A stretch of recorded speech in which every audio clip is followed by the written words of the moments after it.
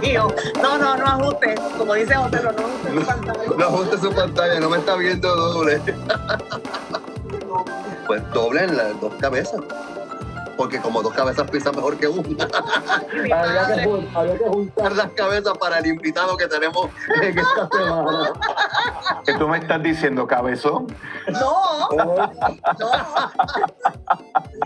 Estamos hablando de que eres, mira, traes mucha información. Exactamente. Mario Roche, mira. ¿Cómo estamos? En el programa, adivina qué número, 499. Ay, lo voy a jugar. Pinchando el 500. El casi 500. Por mi madre que lo voy a jugar. Mira, un martes más, un martes menos, como dice este. Literal, porque ya no me tengo que poner para acá ni para allá, sino porque él está ahí. Okay. Adriana Pantoja por aquí. Mira, vamos rápidamente a decir que ahí yo creo que tengo que hacer así. Ahí ahora ya no sé. Donde esté José Lodoblou Santiago, nuestro intérprete de lenguaje de señas. Y entonces Chena Martínez detrás del bastidor utiliza Artefusión.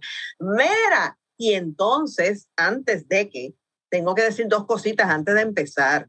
Una es no muy linda y otra es bonita. Más bonita. Sí, porque una no muy linda hoy es que 31 de enero, ¿verdad?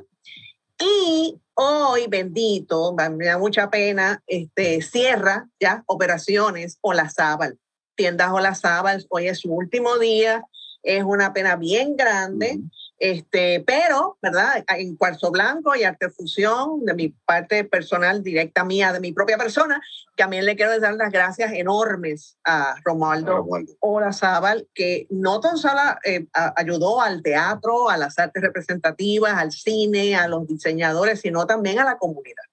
Nosotros lo tuvimos aquí en Artefusión. Exacto. Y él, o sea, en pandemia, él se zumbó. En el huracán, después del huracán, él se sumó, tú sabes, y era siempre ayudando a la comunidad y ayudando a sus empleados y a las personas. Y a los socios. No, a las personas que no. A los pares. A los pares, tú sabes. Aquí no es cuestión de competencia, es cuestión de ayuda. De solidaridad. Y pues así que gracias, de verdad, Romualdo. Pero entonces lo bonito es que hoy es 31 de enero. Y cuando llega el mes de enero. No. Cuando llega el 31 de enero, ¿cumple quién? Alex Serrano. Y Alex Serrano fue una persona súper importante en Artefusión cuando comenzamos. Y toda esta cosa de internet la diseñó él también.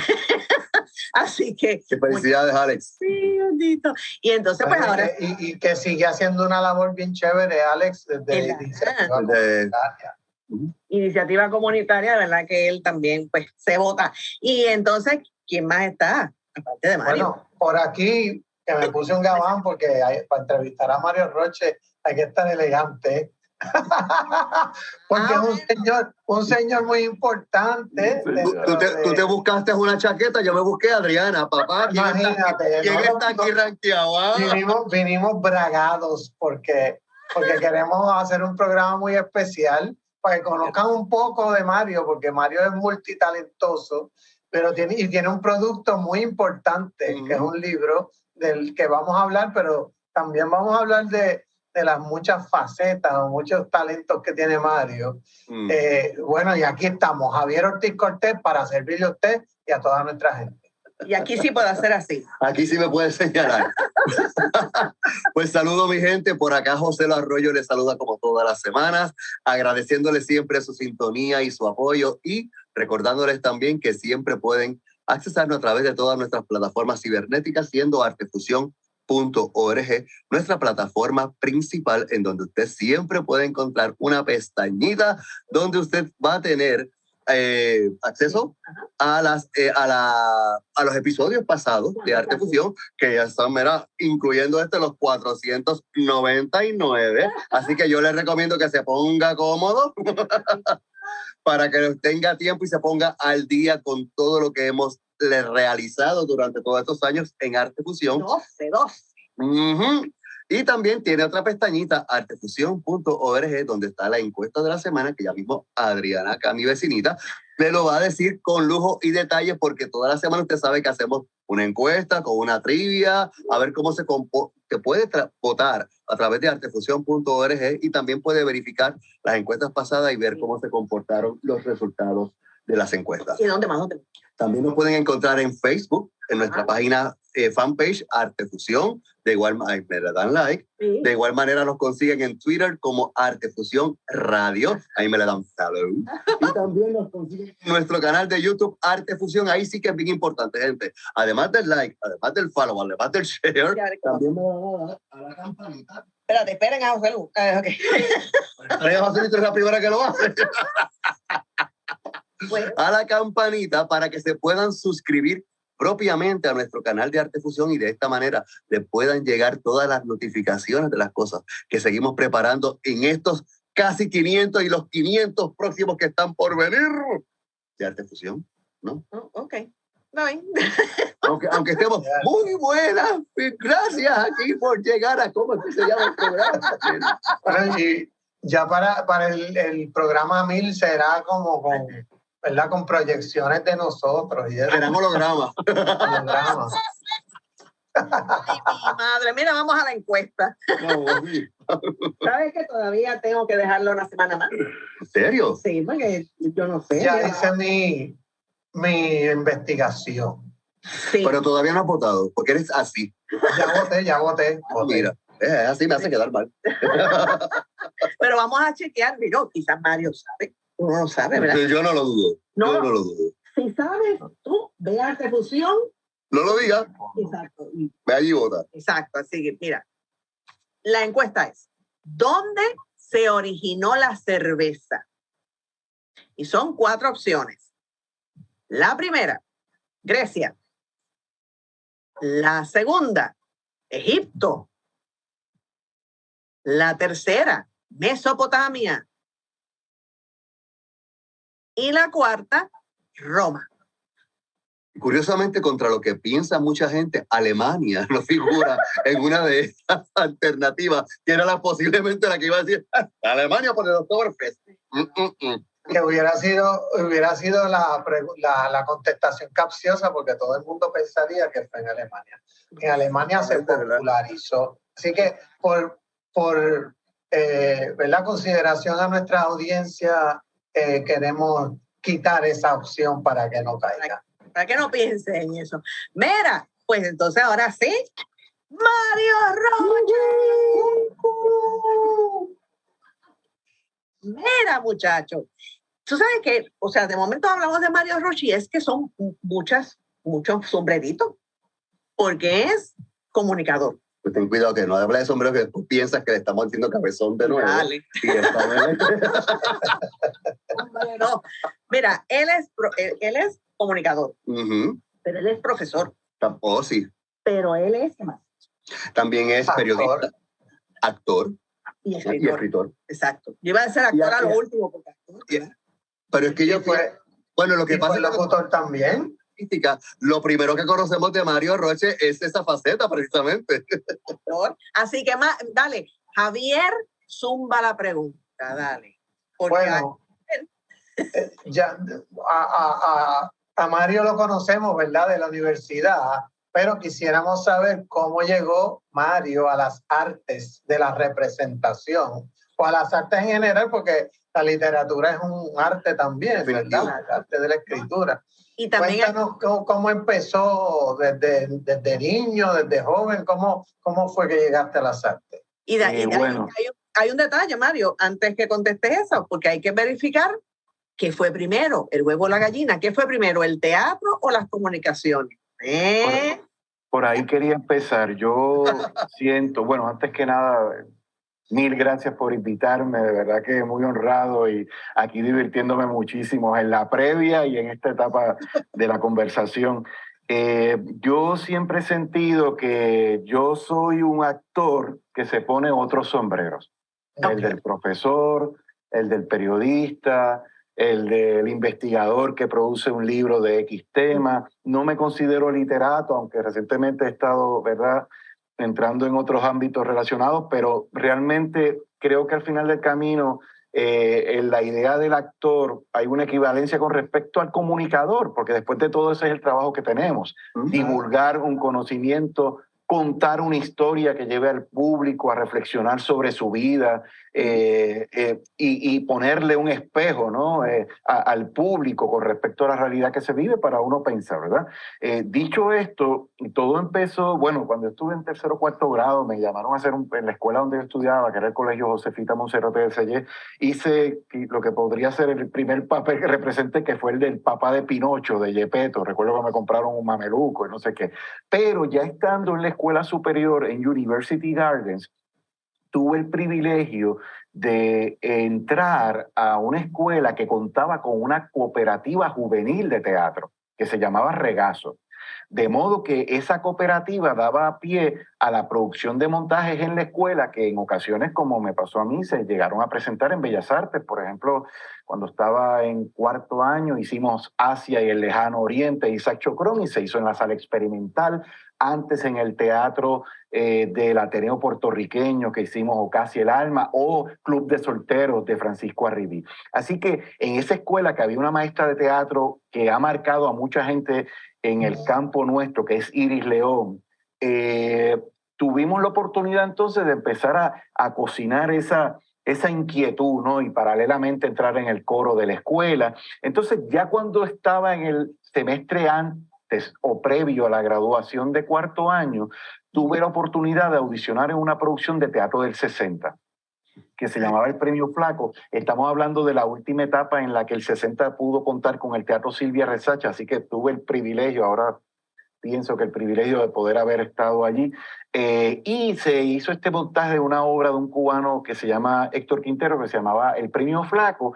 Y bueno, luego ahí entonces se da la reposición de Pedro Navaja. Yo soy understudy en la obra, tiraba el perseguidor desde el segundo piso, pero cuando, por ejemplo, Ramón Albino, que hacía el personaje del mexicano y que era sustituido por José Vega, Remy, cuando José no podía hacer alguna función porque estaba allí en Los Dulces Payasos y sus trabajos como figura infantil, pues yo hacía entonces el personaje del mexicano. Así que antes de entrar a la universidad tuve esa gran oportunidad, y luego ya al entrar al recinto de Río Piedras, pues entonces desarrollé, digamos, dos carreras, ¿no? Por un lado en la Escuela de Comunicación, hoy facultad, y en el Departamento de Drama. Por eso, pero entonces cuando tú estabas, ¿verdad? Todavía antes de llegar a la universidad, ¿sabías que eso era lo que te llamaba y decías, esto, voy a ser actor, yo voy para allá? ¿O tú estabas ya pensando, no, lo mío es comunicaciones, tengo que... ¿Cómo llegas a COPU? Porque obviamente sí hay un bagaje y una formación histriónica, pero ¿cómo decides combinarlo con la comunicación pública y llevarlas paralelas? Mira, porque en una ocasión, esta es una anécdota que siempre he hecho cuando he conversado con personas, ¿verdad?, sobre la historia de vida de uno. En ese periodo previo a entrar a la universidad también tuve la oportunidad en una ocasión de trabajar de extra en una ópera, porque estando en la escuela superior también hicimos un musical que escribió uno de nuestros compañeros con música en vivo y cantamos y tal, y de ahí entonces yo decido empezar a tomar clases de canto. Pero el tema es que estando en esa ópera como extra, era uno de los verdugos.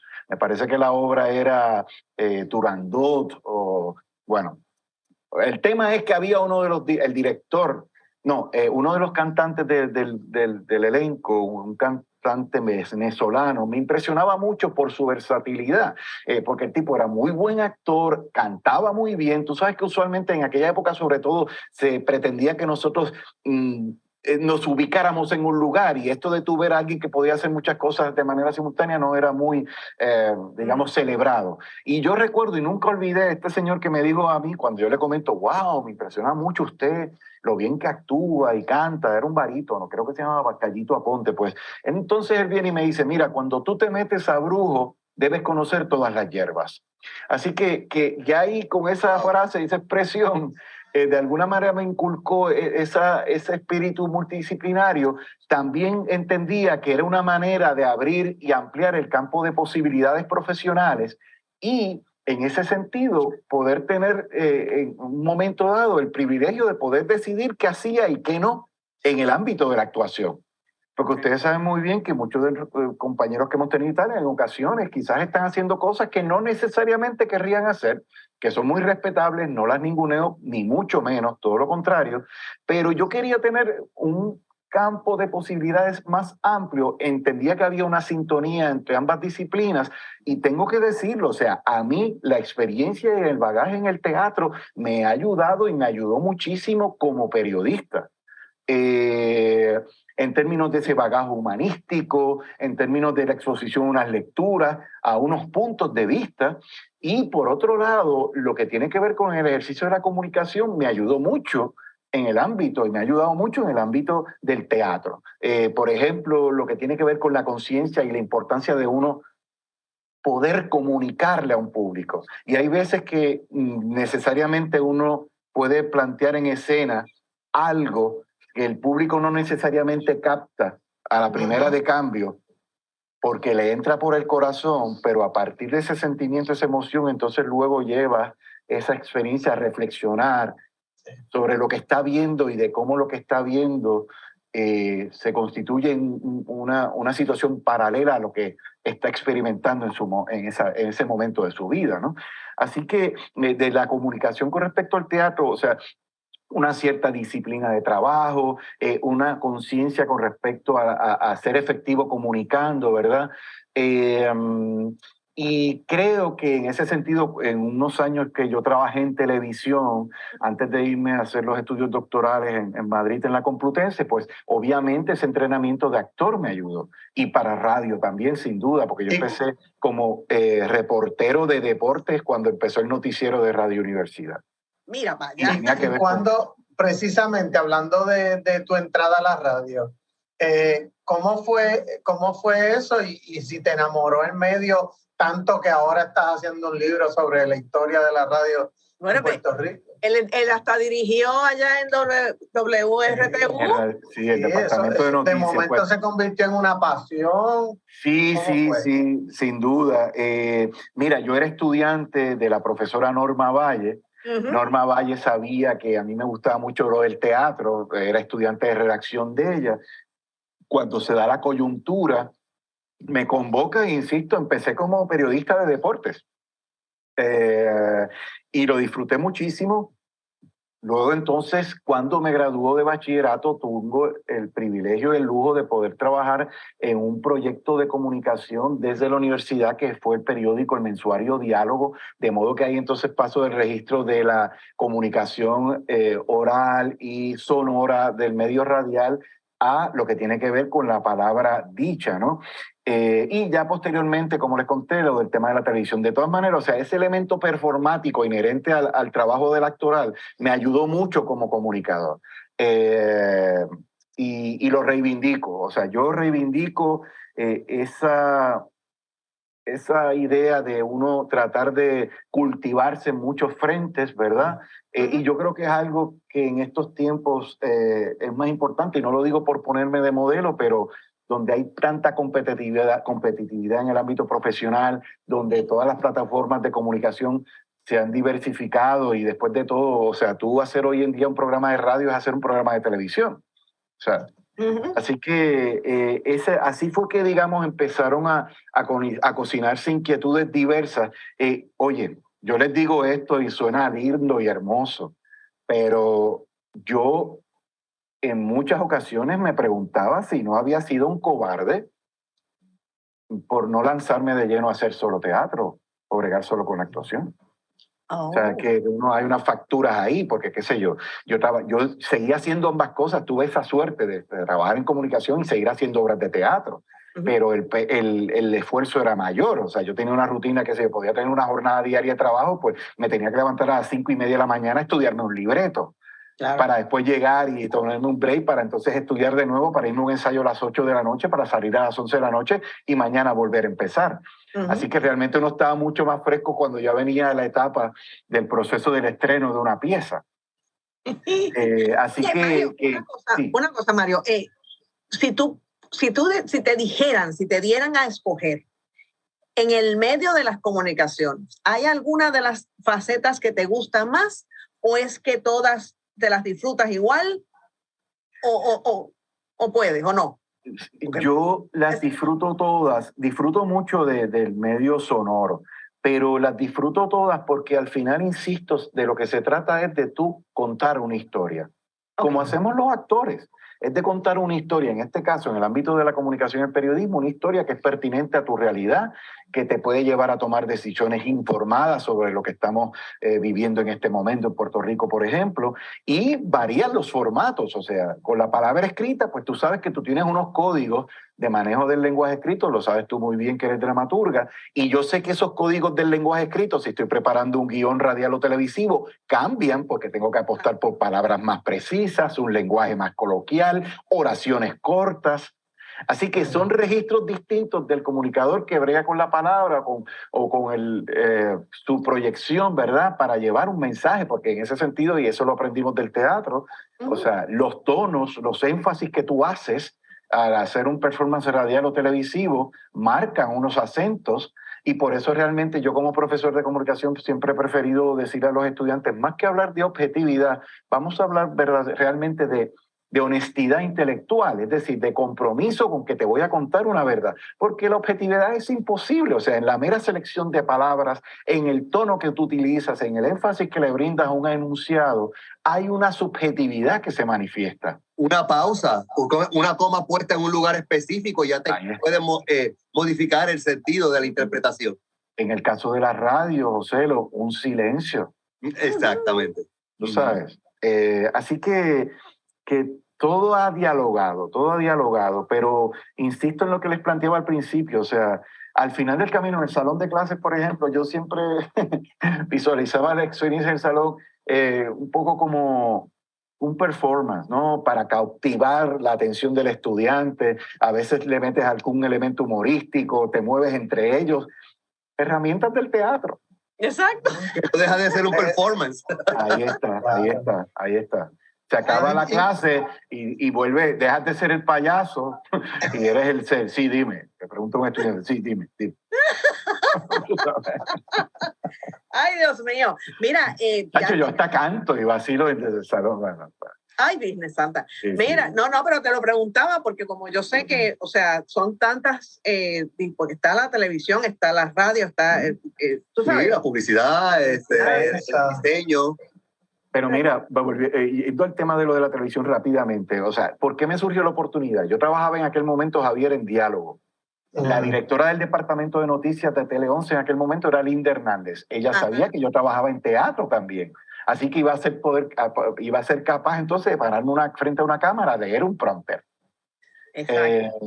Y el concepto no te iba a ser del todo extraño y no había que invertir mucho tiempo en capacitarte. Claro, sí, uno empieza a domesticar el gesto. Yo no sé si yo lo he logrado, yo odio verme. Entonces, yo no sé usted, pero yo odio verme. Y eso ayudó, ¿no? En ese proceso eso ayudó. De todas maneras, hay cruces que pueden ser peligrosos. Mira, recuerdo que en esa misma época yo empecé a trabajar con Raymond Arrieta en un programa que tenía que se llamaba Qué Vacilón. Ajá. Y precisamente en Qué Vacilón yo hacía un personaje de un periodista en un sketch que se llamaba Locavisión, creo, que era como el sketch y tal, y estaba el otro periodista, estaba Nolan Otero y tal, René después y tal. Entonces me pasó que en algunas ocasiones, una vez fui yo a cubrir algo como periodista de Diálogo a un barrio o algo así, y unos nenes que me ven empiezan a gritarme, ¡mira, Locavisión! Y no sé qué, yo estaba como periodista serio de Diálogo. O sea, yo dije, wow, debo tener cuidado aquí de cómo, porque no necesariamente todo el mundo es capaz de entender, sí, mira, pues ahora está en este contexto y ahora en el otro. Ay, pero Dios mío. Mira, nosotros no tenemos que ir a una pausa ahora mismito, pero cuando regresemos vamos a hablar de diálogo. Vamos a dialogar de diálogo y vamos a hablar, obviamente, de un país que se escucha. Muy bien. Somos un país que se escucha, ¿sí? Apunte sobre la historia de la radio en Puerto Rico, que de hecho, bueno, te pregunto ahorita. Así que, ¿sí? Vamos a la pausa. Vamos a la pausa. Llévatelo, Sheran, ¿sí?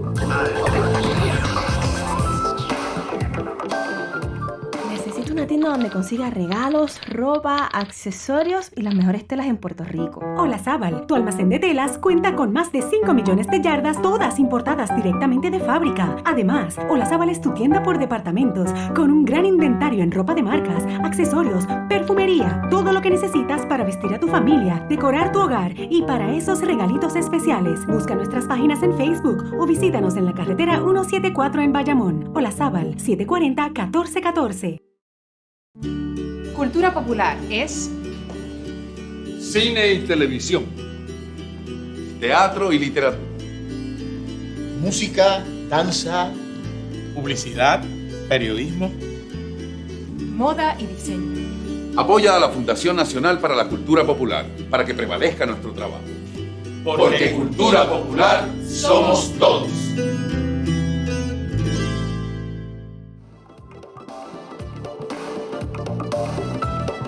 Que esto no se da todos los días. El lounge. La música de Chela Martínez, ¿qué te puedo decir? Muy bien. Mira, aquí con Mario Roche. No, el doctor Mario Roche. Ese es otro personaje. El doctor Roche.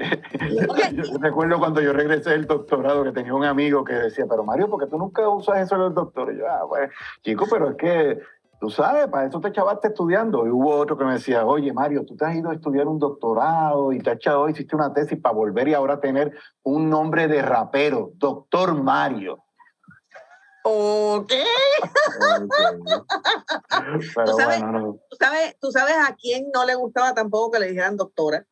Vicky. A Vicky Espinosa y a Mirna Castro. A ninguna de ellas de, ay, sí, eso. Sí, O sea que tienes unas muy buenas razones para emular eso. Mira, lo que pasa es que a mí por ahí hay mucha gente que se engancha demasiado a los títulos y yo creo que realmente tú eres lo que haces y lo que produces, ¿verdad? Y eso a veces no es equivalente al título que tienes, tú sabes. Yo creo que en este país tenemos que retomar el principio del mérito, tú sabes, y muchas veces aquí hay gente que consigue cosas y tal, quizás por un título, pero no necesariamente por unas trayectorias. Claro. Mira, y de algunas hecho, veces más es por las conexiones que tiene. ajá. Y entonces, pero te pregunto, ¿es ciencias de la información? Ese fue tu doctorado. Rapidito, explícame es la Facultad de Ciencias de la Información de la Universidad Complutense en Madrid. Y entonces yo hice la concentración en uno de los departamentos de periodismo, el de análisis del discurso periodístico. Eso fue así. Yo terminé ese título y la tesis, que de hecho fue sobre la crítica teatral en el año 2003. Okay. O sea que siempre busca la manera de conectar las dos cosas. Mira, sí. Y esa tesis no la piensas publicar en algún momento. Mira lo que pasa. Yo hice esa tesis. Mira, yo trabajé el género de la crítica. O sea, yo quería elaborar algo sobre periodismo cultural. Y en el marco del periodismo cultural dije, la crítica puede ser una buena opción y enfocarla particularmente en la teatral. ¿Qué yo hice para poder aprovechar de la experiencia de estar allá en España? Yo trabajé una tesis sobre la evolución de la crítica teatral en España a partir de la historia de la que es la compañía privada más vieja de Europa, que es una compañía catalana que se llama Els Joglars, que dirigía Albert Boadella, un artista del teatro que fue hasta preso en la época de los 60 por la dictadura franquista y tal. Entonces yo cogí todo lo que se había escrito sobre Joglars, que se había metido y surgía del teatro independiente y alternativo de los 60 y se fue desarrollando posteriormente, integrando la palabra dicha y tal, para hacer una reflexión de cómo el género había evolucionado a partir de ese caso de estudio en particular. Tuve la suerte de que en esos años ellos estaban conmemorando 40 años, así que se publicaron algunas cosas. Pude conocer a Boadella, entrevistarle, y estuve en los archivos de la compañía de ellos allá en Vic, que es al norte de Barcelona. Así que ese fue el trabajo de investigación que hice para la tesis. Aprendí muchísimo y fue una experiencia enriquecedora en muchos sentidos, en muchos sentidos. No, definitivo. Y entonces vamos, rapidito, vamos a hablar de diálogo. Vamos a pasar a diálogo porque que diálogo es importante. De hecho, antes de hablar de diálogo, vamos a hablarle a W, porque ese sí no creo que sepa qué es diálogo, ¿verdad que no? Diálogo. No. Sí. El periódico, sí. Ah, mira, sí sabe. Ok, muy bien, pues todo el mundo sabe. Cool. Vamos a hablar. Qué monstruo. Adiós, pero claro, hello, tenemos aquí tremendo intérprete que lee, y a él le encanta leer, le gusta investigar también. Cuéntame, ¿cómo llegas a diálogo? Pues ¿Cómo nada, cuando yo me gradué de la universidad, tuve la fortuna de ser convocado por el editor del periódico, Luis Fernando Cos, en una etapa en que Diálogo estaba comenzando a desarrollarse con fuerza. Y entonces ahí en Diálogo me empiezo a desempeñar como periodista de deportes. Luego entro a hacer cosas sobre temas de política, sociedad y de temas culturales. De hecho, yo editaba una sección que se llamaba Horizontes Culturales. Pero oye, en la primera etapa también bregaba con venta de anuncios, con los asuntos de distribución del periódico. O sea, ya tú sabes, haciendo de todas las anteriores. Así que fue una experiencia que yo atesoro porque fue un medio muy especial en el campo periodístico puertorriqueño. Se miraban a fondo los temas como no se hacía en otros lugares. Se le permitía al estudiante convertir esa publicación en un material de estudio también. Claro, tú tenías el desafío de que al ser mensuario, cómo yo voy trabajando contenidos sin que pierdan vigencia, así que empiezas a desarrollar la agudeza de mirar al horizonte y contemplar, ok, estamos experimentando esto ahora, ¿cuáles pueden ser las consecuencias de esta situación? Para entonces elaborar un trabajo sobre esas consecuencias, porque lo que tú escribías podría ser publicado 2 o 3 semanas después. Exacto. Sí, pero fíjate, algo que pasaba en Diálogo era que no solamente era lo diario, era el pensamiento crítico, era enjuiciar las cosas desde distintos ángulos. Entonces, era mucho más profundo que leer un semanario o un diario. Sí, pero ahí había otro detalle, que por ejemplo, como él está diciendo, si tocabas una obra, tú tenías que ver de una obra que fuera de aquí a 2 meses, porque si la hacías de aquí a una semana, pues se fue. En el caso, por ejemplo, de la sección que yo editaba de Horizontes Culturales, podía hacer eso, Adriana, pero también podía ser un texto que fuese una reflexión sobre lo que ha hecho un conjunto. Veo aquí a Javier y pienso, por ejemplo, en uno de los primeros artículos que yo escribí en esa sección fue precisamente sobre Agua, Sol y Sereno. Y lo que habían estado cocinando en ese momento. Sin duda, porque como plantea Javier, o sea, estaban los reportajes a fondo que hacíamos los periodistas de plantilla, pero había un grupo de profesores, académicos, investigadores que se convertían en el cuerpo de columnistas. Entonces, que Diálogo fue, yo diría, una de las ocasiones en las que mejor se ha aprovechado el talento universitario para divulgar el conocimiento a un público masivo. Entonces, tratar de llevarle un pensamiento complejo a un ciudadano que no necesariamente llegó a la universidad. Y eso es algo que yo fui muy consciente porque mi padre estaba muy pendiente de eso. Ojo, tú sabes, o sea, trata de que todo el mundo pueda entender sin subestimar ni insultar la inteligencia de nadie, porque tampoco tú vas a bajarle el listón.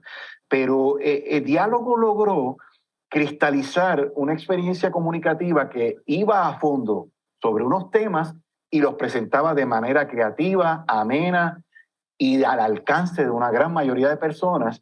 Y pienso que en esa etapa del juego también fue muy importante el logro de poder formar parte de una red de publicaciones que en esos años de mediados de los 90 formaron lo que se llamó el proyecto de Periolibros, una iniciativa auspiciada por la UNESCO, la Organización de las Naciones Unidas para la Educación, las Ciencias y la Cultura. Y entonces, qué sé yo, en X fecha del mes tal, todos estos periódicos iban a publicar una pieza literaria de una de las figuras más emblemáticas del campo literario latinoamericano. Y Diálogo, a pesar de que Puerto Rico no formaba parte de la UNESCO, impulsó que se pudiese publicar el trabajo de uno de nuestros autores que estoy casi seguro, y digo casi seguro, no vaya a ser que recuerde mal, que estoy casi seguro que fue un trabajo de Luis Rafael Sánchez. Pero si no fue él, fue uno de nuestros autores más emblemáticos, aparte de que había una sección que se llamaba El escritor huésped. Sí. Y ahí entonces tú reías relatos breves, comiquísimos, de distintos registros, ¿verdad? Recuerdo, por ejemplo, las aportaciones de Juan Antonio Ramos, de Magali García Ramis, aquella columna que se llamaba Los corazones que se van, los cerebros que se van y los corazones que se quedan, cuando se estaba dando ese boom migratorio de los 90 de personas jóvenes profesionales que decidieron, ¿verdad?, irse a los Estados Unidos a desarrollarse profesionalmente. Así que fue un momento muy especial. Me han sorprendido con la pregunta y hasta me emociona mucho porque fue mucho aprendizaje, fue Péricos, Luis Fernando Cos fue un gran mentor y uno pues se conectó con la inteligencia del país, se conectó con los artistas de este país y uno aprende mucho, viendo, uno aprende mucho leyendo al otro. Fue una experiencia maravillosa. Para mí como estudiante es parte de mi bagaje cultural. Claro. Yo iba a estudiar a la biblioteca y en vez de leer lo que tenía que leer para la clase, podía estar una hora pegado a diálogo leyéndolo. Y se me acabó el tiempo y no pude hacer la tarea que tenía que hacer. ¡Qué poca vergüenza! Y no solamente eso, sino que ahora que él lo comenta, Mario, es verdad, era mensual, pero uno lo sentía tan actual que tú no sentías que la noticia había perdido vigencia ni nada. Realmente le encontraron el truco, porque no importa en qué momento, tú siempre que veías el diálogo en alguna esquina de la YouTube, tú lo agarrabas y empezabas a ponerte al día y decía, y entonces a comentar porque se comentaba mucho. Entonces hacía referencia.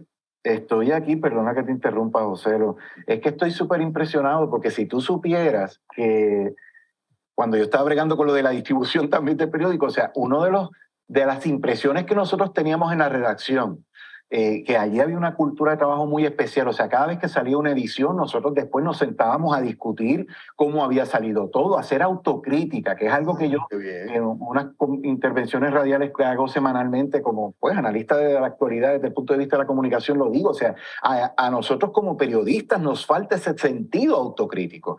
Y una de las cosas que siempre nos preocupaban era, ¿nosotros estaremos produciendo un contenido para los estudiantes universitarios o solo para los profesores y gente de un cierto nivel intelectual?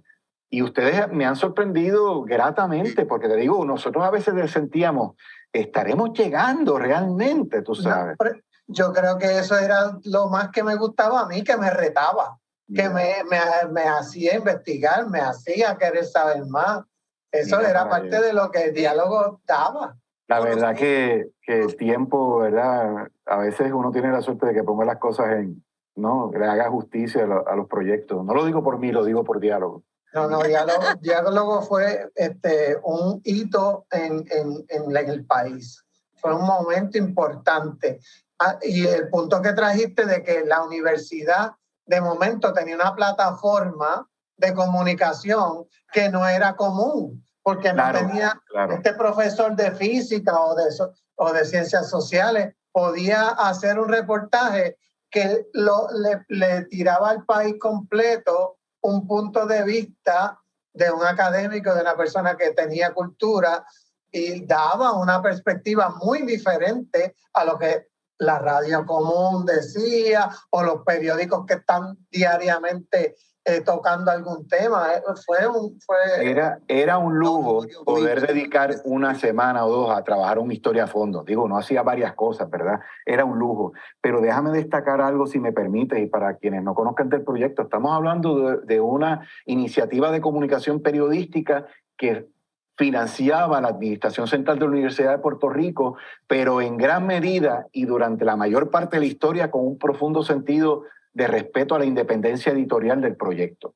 O sea, nosotros podría hablar de alguna que otra ocasión que tú decías, bueno, espérate, no, es un proyecto de la universidad, no, pero en términos generales el respeto a la línea editorial, a la independencia de nosotros como periodistas, estuvo ahí en un momento dado, se llevó un caso con respecto a la Comisión Estatal de Elecciones, porque se pretendía que Diálogo debía ser considerado como una agencia de gobierno al momento de tú considerar lo que ocurría en términos de la campaña electoral y lo que se publicaba y tal, y pasar el filtro de la comisión. Exacto, y se reivindicó de que no, esto es un proyecto de comunicación pública, porque es que a veces a la gente le cuesta entender que puede haber una plataforma como la BBC de Londres, modélica, financiada por el Estado, y que brinda una oferta editorial que se sale de la comercial. Precisamente esa es la labor que debe cumplir.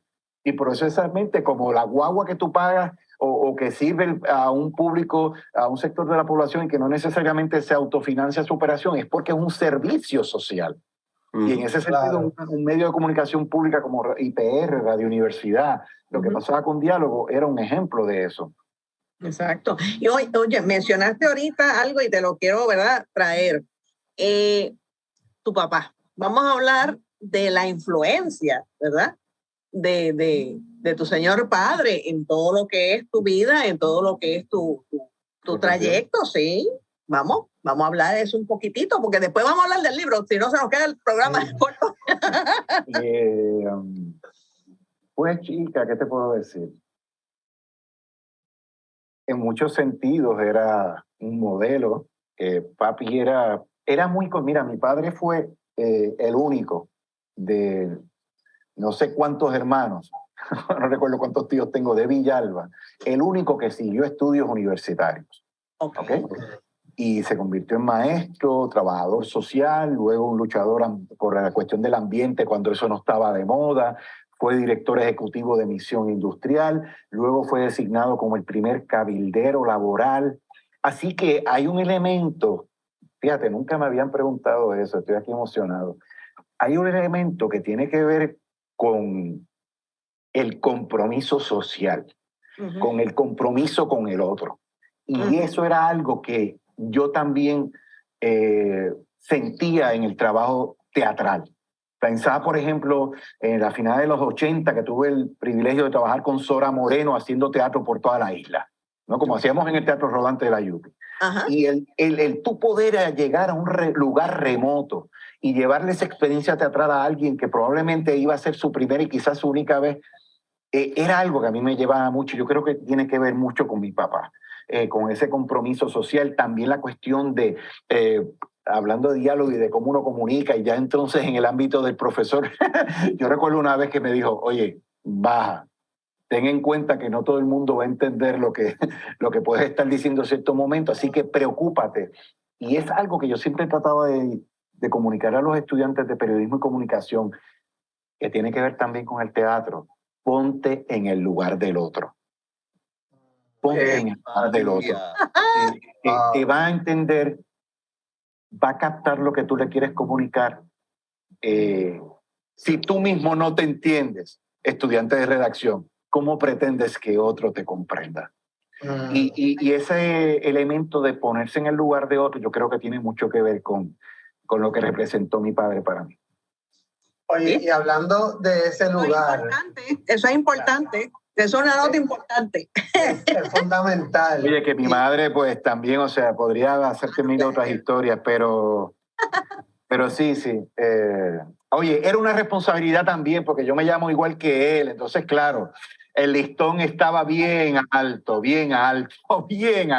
Yo uso el nombre de Mario Roche como papi, como actor, pero como periodista yo empecé a firmar Mario Edgardo Roche, que Edgardo es mi segundo nombre y es como me llaman en mi familia. Yo era Edgardito, ¿sabes? Porque papi Mario era papá. Sí. Ahora vamos a hablar del libro, que es el gran evento que ha marcado, y por eso te llamamos a entrevistarte, porque es un libro de referencia, yo creo, de ahora en adelante para las nuevas generaciones, ¿verdad? Y ver cómo se ha estudiado la radio y cómo la radio ha influenciado, ha sido parte de la opinión pública puertorriqueña. Ahora que hay un caso muy famoso por ahí en los tribunales de cómo se influencia y cómo cómo se comunica, etcétera, cómo se cambia un país a partir de la opinión pública. Exacto, Así que porque cuéntanos un poquito de por qué quisiste estudiar la historia de la radio. no, Mira, un país, esto fue... vamos a mencionar el nombre, un país que se escucha, porque son apuntes sobre la historia de la radio en Puerto Rico, y no es de ahora, es del 2021, pero como estábamos en la cosa de la pandemia. Y tú sabes lo que más me gusta, Mario, que, o sea, no lo he leído todavía completo, sabes, un chispín nada más, pero me gusta que está la historia mundial, pero entonces vas llegando también a María, y cómo la radio dijo, ¡tin, tin! Definitivamente, en tiempos en los que la gente pensaba, mayormente las nuevas generaciones, que la radio estaba en camino de desaparecer porque había perdido vigencia, surge un fenómeno sobrenatural, ¿verdad? Como María, que nos sacó de cualquier zona de acomodo y nos puso en perspectiva, y quien nos sacó a la luz y que nos permitió mantenernos comunicados cuando todos los demás sistemas modernos colapsaron, precisamente fue la radio. Y la radio análoga. La radio análoga. Porque ni siquiera la digital estuvo, porque las antenas se fueron con María. Mira, les doy un trasfondo. Yo empiezo a trabajar la investigación para el desarrollo de este libro a partir de una convocatoria que me hace el colega periodista Ismael Torres, que es el editor del libro. Esta convocatoria e invitación me la hace en el año 2012. Así que yo estuve casi 10 años trabajando en la investigación, trabajé y desarrollé, le presenté a él un primer borrador en el año 2017, poco antes del paso de María. Cuando pasa María, entonces le planteo, mira, creo que es necesario hacer un capítulo que maneje ese rol de la radio en el contexto de la emergencia. Fue un libro que yo pude trabajar investigando en las fuentes documentales de la Universidad de Puerto Rico, del Instituto Cubano de Radio, Cine y Televisión, porque precisamente por estar acompañando a mi padre en un tratamiento médico allá en La Habana en el 2012, pude investigar allí, en la Universidad de Barcelona, en la Facultad de Historia.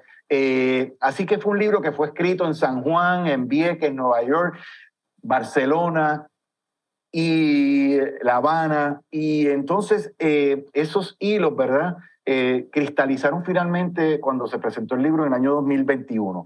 ¿Qué hicimos en ese trabajo y por qué es relevante? Porque toma el relevo de varios trabajos previos. Los dos principales son el de Caminos del Aire del año 1951, si mal no recuerdo, de Ismael Rodríguez Bou, editado por la Universidad de Puerto Rico, y el libro de memorias de anécdotas de José Luis Torregrosa, que era lo último que se había publicado, que era del año 90. No quiero ser injusto porque se habían trabajado textos académicos también. Dicho esto, yo por un lado le metí mano a todas las fuentes documentales que habían, poco o muchas en Puerto Rico, sobre el ámbito a nivel global, porque el primer capítulo traté el tema de la historia de la radio a nivel mundial, pero también hice muchas entrevistas en profundidad, mucha historia oral, podríamos decir, con personas que habían estado implicados. ¿Y tú sabes cuál fue la primera? Hablando de la relación teatro y comunicación, con don Juan Ortiz Jiménez. Don Juan Ortiz Jiménez, guionista, actor, un señor de un talante maravilloso, fue el fundador del Departamento de Noticias de WKQ. Sí. Él había estado antes en Puerto Rico Ilustrado y luego se integra. Así que la primera entrevista, nunca lo olvido, se me paran los pelos porque ya él estaba en un hogar de envejecientes y fue muy generoso. Hicimos eso en 2 capítulos, dos partes. Fue con don Juan. Así que el libro lo que hace entonces es, por un lado, establecer ese contexto de cómo se desarrolló este medio a nivel mundial, cómo esto fue producto de un momento histórico en el que la apología de la ciencia se había convertido en una explosión, finales del siglo XIX, entrando al XX. Ya luego los antecedentes de la radio en Puerto Rico en el capítulo 2, el desarrollo y el boom de la radio en Puerto Rico desde los 30 para adelante y entrando al siglo XX, al finales del siglo XX, quiero decir, y ya lo que ocurre, ¿no?, con los cambios tecnológicos, con la convergencia mediática, con la entrada a la era digital y lo que pasó durante el huracán María. Yo le propuse a Ismael el título de Un país que se escucha, porque yo quería o entendía que se podía interpretar de 2 maneras. Un país que se escucha porque efectivamente ahí está el medio radial, y de hecho, abro paréntesis, don Juan Ortiz Jiménez, es que se me paran los pelos, don Juan Ortiz Jiménez me dijo en esa entrevista, Mario, cuando la radio se desarrolló en Puerto Rico, nosotros empezamos a escucharnos a nosotros mismos. ¿Ok? ¡Wow! ¡Qué chulo! Wow, Lo sí, pensé por qué ese poderoso. lado, pero también lo pensé como una invitación, porque yo creo que nosotros aquí no nos escuchamos mucho. No es lo mismo escuchar que oír. Oye un ruido, sí, aquel de... Pero escuchar supone otro tipo de atención, de entendimiento. Así que, fíjate, no lo había pensado así, pero también esto tiene que ver con don Juan. Es que qué persona entrañable, qué ser para saber estar. Y Era una persona sabia. Para era un saber ser sabio. De hecho, uno de los primeros libros que se hizo sobre el cine en Puerto Rico es de él. Sí. Bueno, ustedes saben los trabajos que él hizo como actor, por ejemplo, en Los Cuentos de Abelardo, con Luis Molina, con quien yo tuve el privilegio de trabajar en La Guagua Aérea, de hecho, recién graduándome de la universidad cuando se filmó La Guagua Aérea. Así que el libro va por ahí. ¿Dónde se consigue tu libro? O sea, ¿cómo consigues tu libro? Tengo entendido que está en las principales librerías de Puerto Rico, Norberto González, etcétera, etcétera. Nosotros hicimos una presentación formal en diciembre del 21 en saludo a lo que iba a ser la conmemoración del centenario de la radio, que fue el 3 de diciembre del año 1922, del 2022. Así que eso fue lo que hicimos con el trabajo del libro. Yo tengo que agradecerle a Ismael la oportunidad que me abrió, ¿no?, de lanzarme ese proceso de investigación y escritura. También traté con ese libro de ser ameno, de que la escritura fuera como hablamos en la radio, ¿sabes? Y que hubiese una profundidad, que hubiese unas fuentes contrastadas. Mira, ejemplo, y eso seguramente ha generado tema de discusión. Tú sabes que hay todo un planteamiento con respecto al lugar que ocupó Puerto Rico en términos de las primeras emisoras en el Caribe de América, que si la cuarta, la quinta y tal. Yo, por ejemplo, no pude encontrar evidencia que certificara eso de manera fehaciente. Así que yo establecí, mira, nosotros aquí nos hemos planteado esto, pero ojo que en otros medios y otras plataformas, otras publicaciones, se han dicho otras cosas. Y hay aquí un detalle que probablemente tiene que ver con el hecho de que, recuerda que bajo pues, la nomenclatura política y tal, Puerto Rico es un territorio de Estados Unidos. Así que cuando se establecían estas categorías de registros históricos y tal, de cuáles fueron los primeros medios, por ejemplo, en América Latina, ¿sabes? Eso podía ser un factor. Yo, entonces, ¿qué hice? Una nota a pie de página. ¿Verdad? Ojo, podemos verlo así, estos autores han dicho esto, Torregrosa, tal y más cual, pero en el contexto de otras publicaciones en otras partes del mundo, estaría por contrastarse. Yo, en ese sentido, traté de ser honesto intelectualmente, no ser categórico. O sea, que después de todo... Ni pasional. La historia, y yo no soy historiador, yo llevé a cabo un proceso de investigación y de redacción, ¿verdad? A partir de los hallazgos que iba obteniendo y tal, pero después de todo la historia está en continuo proceso de evolución, ¿ok? Y de hecho yo creo que ahora toca un libro sobre todo lo que tiene que ver con los podcasts y el escenario del podcast que ha democratizado muchísimo la conversación pública en Puerto Rico. Pero insisto, yo creo que aquí nosotros somos como el libro de Félix Jiménez, el profesor de Sagrado de Comunicación, a quien admiro tanto, que tiene un libro que se llama Audioeuforia, en el que elabora sobre este tema de lo sonoro en la cultura puertorriqueña. Somos muy eufóricos y tal, pero yo creo que, y si uno escucha la radio AM, por ejemplo, hoy en día uno se va a percatar de que tenemos que aprender a escucharnos mejor. No ser tan estridentes, ponernos en el lugar del otro, cuéntame, y reaccionar a lo que el otro te da, que es lo que uno tiene que hacer, por ejemplo, en una entrevista. Exacto. Mira, y la entrevista se nos acabó el tiempo. Ay, María. Hemos hablado de teatro. Nos quedamos como que con esa parte. Sí. Pero, no, y que hablar de la vida de... Una nota final, pero rapidito. Una obra que te haya impactado, que es una pregunta siempre que hace Javier, una obra de teatro que te haya impactado, sea que hayas actuado o que hayas visto.